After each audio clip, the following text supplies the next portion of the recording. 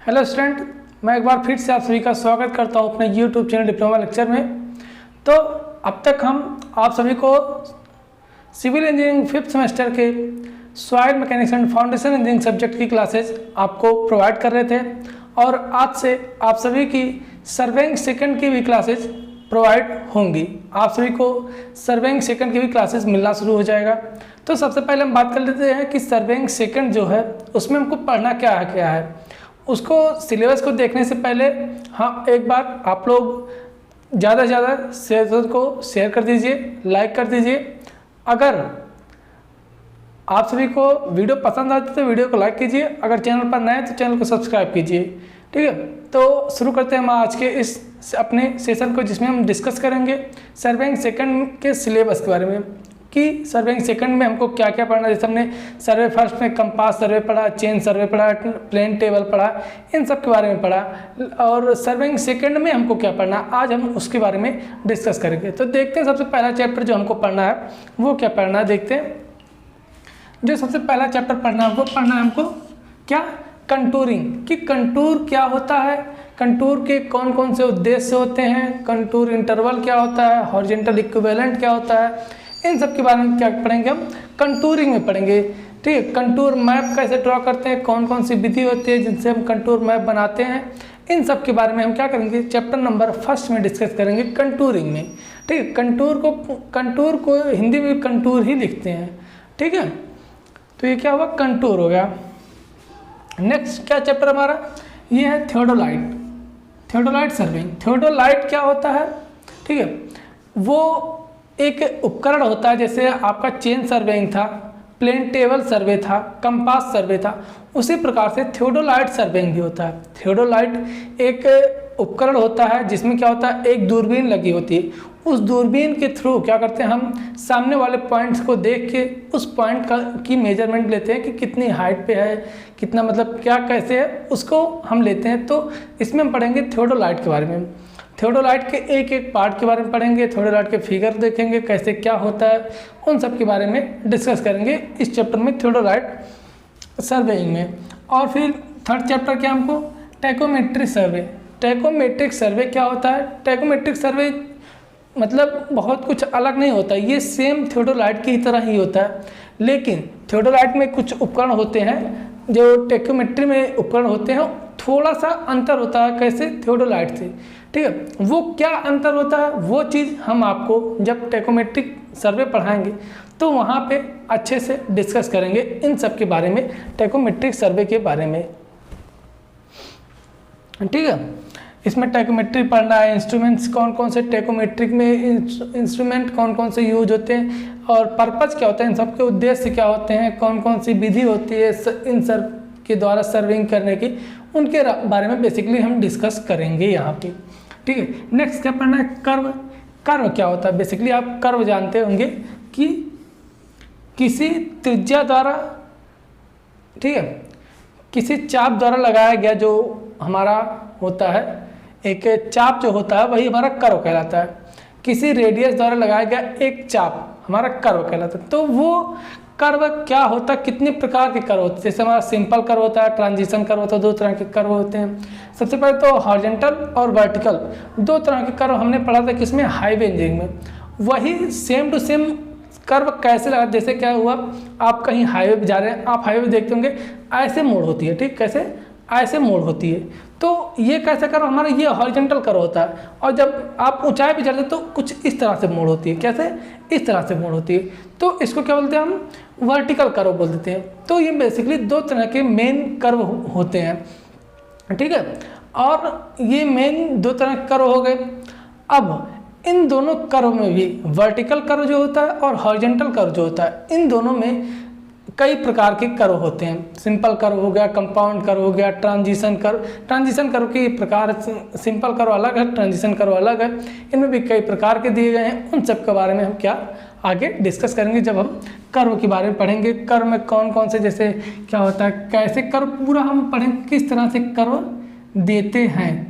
किसी भी रोड में अगर हमको ट्रांजिशन कर्व देना हुआ या फिर सिंपल कर्व देना हुआ तो किस प्रकार से हम देंगे, एक एक स्टेप और कौन कौन से स्टेप में क्या क्या करेंगे, इसमें ये क्या है, आपका न्यूमेरिकल बेस्ड पूरा चैप्टर है। कौन सा करो, क्यों? क्योंकि इसको साइट पर करना होता है, तो इसमें ढेर सारी बहुत सारी रीडिंग सीखनी होती हैं। तो अगर आप किसी करो की रीडिंग लिख रहे हैं तो लगभग आपका 3-4 पन्ना भर जाता है अगर बड़ा करो होता है।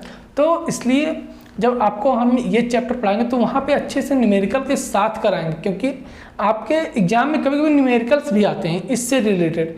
वैसे तो बेसिकली बहुत ज़्यादा न्यूमेरिकल्स नहीं आते, सर्वेइंग से न्यूमेरिकल बहुत कम आते हैं, लेकिन कभी कभी क्या होता है आ जाता है न्यूमेरिकल, तो वो भी हम यहाँ पे आपको कराएंगे। कर्व क्या होता है, कर्व के प्रकार, कर्व कौन कौन से कर्व होते हैं, सिंपल कर्व, ट्रांजिशन कर्व, इन सब की आवश्यकता कहाँ पे होती है, कहाँ पे हम ट्रांजिशन कर्व देते हैं, कहाँ पे सिंपल कर्व देते हैं, इन सब के बारे में हम डिस्कस करेंगे जब ये चैप्टर स्टार्ट करेंगे तब। ठीक है। नेक्स्ट हमारा क्या आता है, यह होता है introduction to the use of modern surveying equipments. ठीक है। मॉडर्न सर्वेइंग इक्विपमेंट्स जो होते हैं, मॉडर्न जो पहले क्या करते हैं हम चेन से सर्वे करते थे, कंपास सर्वे करते थे, इन सब को यूज करते थे। टोटल स्टेशन यूज करते थे, टोटल स्टेशन अब यूज करते हैं। पहले क्या करते थे हम थियोडोलाइट यूज करते थे, लेकिन अब थियोडोलाइट का भी यूज कम हो गया। अब आप देखते होंगे कि आपका आ जाता है टोटल स्टेशन आ जाता है, ईडीएम आ जाता है, प्लानीमीटर आ जाता है। ठीक है। ये सब ऑटो लेवल आ जाता है। ठीक है। ये सब मॉडर्न इक्विपमेंट्स हैं जिनके द्वारा क्या करते हैं हम सर्वेइंग करते हैं। तो इन सब के बारे में बस एक टिप्पणी लिखने के लिए आता है। ये जो 3 चैप्टर्स आपके यहाँ पे आते हैं, ये 3 चैप्टर्स से केवल आपके क्या लिखने का आता है, टिप्पणी लिखने के लिए आता है। आप सभी को टिप्पणी लिखने के लिए आता है। क्या क्वेश्चन क्या दे देगा कि निम्न पर टिप्पणी लिखिए, उसमें देगा EDM, total station, auto level, इस तरह से 5-6 पॉइंट्स दे देगा। उसमें बोल देगा 4 बार किन्हीं 5 बार टिप्पणी लिखी। तो इस तरह से क्वेश्चंस इन तीनों चैप्टर्स में आते हैं। टोटल स्टेशन, वही टोटल स्टेशन के बारे में थोड़ी सी जानकारी लेनी है।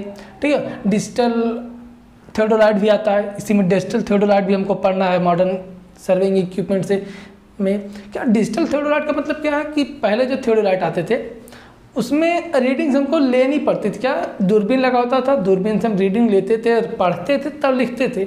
लेकिन अब क्या है कि हाँ, उसमें एलईडी लगी होती है। एलईडी में वहाँ पे कुछ बटन होंगे, बटन के थ्रू क्या करते हैं हम, जो दूरबीन होगा दूरबीन को सेट करेंगे। उस दूरबीन को सेट करने के बाद जिस पॉइंट पे हमको सेट करना है उस पॉइंट पे सेट करेंगे। उसके बाद वो रीडिंग ऑटोमेटिक बटन के थ्रू क्या करेंगे हम सारी चीज़ सेट करेंगे। एक बबल्स होता है हमारा स्क्रीन पर भी, उस बबल को भी स्क्रीन पे हम सेट करेंगे। ठीक है।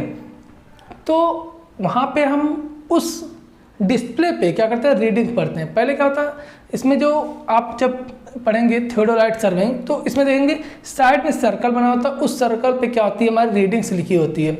लेकिन डिजिटल जो थियोडोलाइट होता है उसमें सर्कल नहीं बना होता है, वो ऑटोमेटिक उस डिस्प्ले पर, जो डिस्प्ले होता है उस डिस्प्ले पर ऑटोमेटिक रीडिंग लिख के आ जाती है। ठीक है। तो वो डिजिटल थियोडोलाइट होता है। इसी तरह सेम हमारा क्या टोटल स्टेशन भी होता है। टोटल स्टेशन थियोडोलाइट में क्या अंतर है, ये चीज़ें हम जब आप सभी को बताएंगे, पढ़ाएंगे ये चैप्टर्स, तो वहाँ पे अच्छे से इन सब के बारे में डिस्क्राइब करेंगे। अगर आप हमारे साथ बने रहेंगे तो आपको बहुत कुछ सीखने को मिलेगा, इसलिए आप अंत तक हमारे साथ बने रहिए। ठीक है। नेक्स्ट क्या है, एनालिसिस ऑफ डिफरेंट इक्विपमेंट्स हमने लिख दिया। आपकी बुक में जो सिलेबस भी दिया गया है वो क्या दिया गया है कि analysis of plotting, remote sensing, GIS, GPS. GPS आप जानते होंगे, मोबाइल में आप सभी के जीपीएस है। वो जीपीएस का ग्लोबल पोजिशनिंग सिस्टम होता है। क्या ग्लोबल पोजिशनिंग सिस्टम होता है, वो जीपीएस होता है। उनके बारे में पढ़ना हमको। जीआईएस पढ़ना है। ठीक है। सेम उसी तरह जीआईएस भी होता है। इन सब के बारे में क्या पढ़ना है, वो पढ़ना है। इन पर भी क्या होता है हमारा केवल टिप्पणी लिखने के लिए आता है। ठीक है। तो ये रहा आपका सिलेबस किसका, सर्वेइंग सेकंड का। ठीक है। सर्वेइंग सेकंड में ये टोटल हमारे 7 चैप्टर्स हैं। इनमें केवल अगर ये आप 4 चैप्टर्स पढ़ लेते हैं अच्छे से तो आपका बहुत ज़्यादा बढ़िया से समझ लीजिए सर्वेइंग हाई लेवल के लिए तैयार हो जाता है। अगर आप इनको अच्छे से पढ़ते हैं, अगर ऊपर पढ़ लेते हैं बस केवल हमको डिप्लोमा पास करना है, एक रात वाली पढ़ाई, तो कोई दिक्कत नहीं, तो आपको बहुत ज़्यादा समझ में आएगा। तो ये आपके लिए ये 4 चैप्टर्स बहुत इंपॉर्टेंट आपके लिए होते हैं। ये 3 चैप्टर जो है इनमें बहुत कुछ है रखा नहीं, बस थ्योरी पार्ट है। जो चीज़ है, जो अच्छी चीज़ है, पढ़ने लायक चीज़ें हैं, सीखने लायक चीज़ें हैं, वो किस में है? कंटूरिंग में, थियोडोलाइट सर्विंग में, टेकोमेट्रिक सर्विंग में और कर्व में। इन 4 चैप्टर्स में चीज़ें आपको सीखने लायक हैं। बाकी इन जो 3 चैप्टर्स हैं, introduction to the modern surveying equipments और हमारा टोटल स्टेशन हो गया, और फिर analysis of GIS GPS remote sensing, इन 3 चैप्टर्स को अगर आप खुद से पढ़ते हैं, बुक से एक बार रीडिंग लगा लेते हैं ना, तो आपका एग्ज़ाम बहुत अच्छे से जाएगा, बहुत अच्छा नंबर आप प्राप्त करेंगे। ठीक है, तो आई होप कि आपको समझ में आया होगा कि क्या क्या हमको पढ़ना है यहाँ पे। सर्विंग सेकंड में, सर्विंग फर्स्ट में तो आप पढ़ के आए होंगे, सर्विंग सेकंड में आपको समझ में आ गया होगा क्या क्या पढ़ना है आपको यहाँ पे। ठीक है, अगर चीज़ें आपको समझ में आई हैं तो वीडियो को एक बार लाइक कीजिए, अपने दोस्तों के बीच में शेयर कीजिए, और अगर चैनल पर नए हैं तो चैनल को सब्सक्राइब कीजिए। मिलते हैं आपसे नेक्स्ट वीडियो में कंटूर के साथ। क्या? कंटूरिंग में हम पढ़ेंगे सबसे पहले कंटूर क्या होता है, कंटूर मैप क्या होता है। जब भी कहीं आप पे क्या होता है कि कोई बिल्डिंग बनाई हुई, उसका हम कंटूर मैप बनवाते हैं, या फिर कोई डैम अगर हमको बनाना हो तो उसका कंटूर मैप बनाना बहुत ही ज़रूरी होता है अगर कहीं डैम बना रहे हैं। ठीक है, क्यों बनाना ज़रूरी होता है ये हम आपको जब कंटूर पढ़ाएंगे तो वहाँ पे अच्छे से बताएंगे। ठीक है, तो मिलते हैं आपसे नेक्स्ट वीडियो में कंटूरिंग के साथ। तब तक के लिए धन्यवाद, थैंक यू।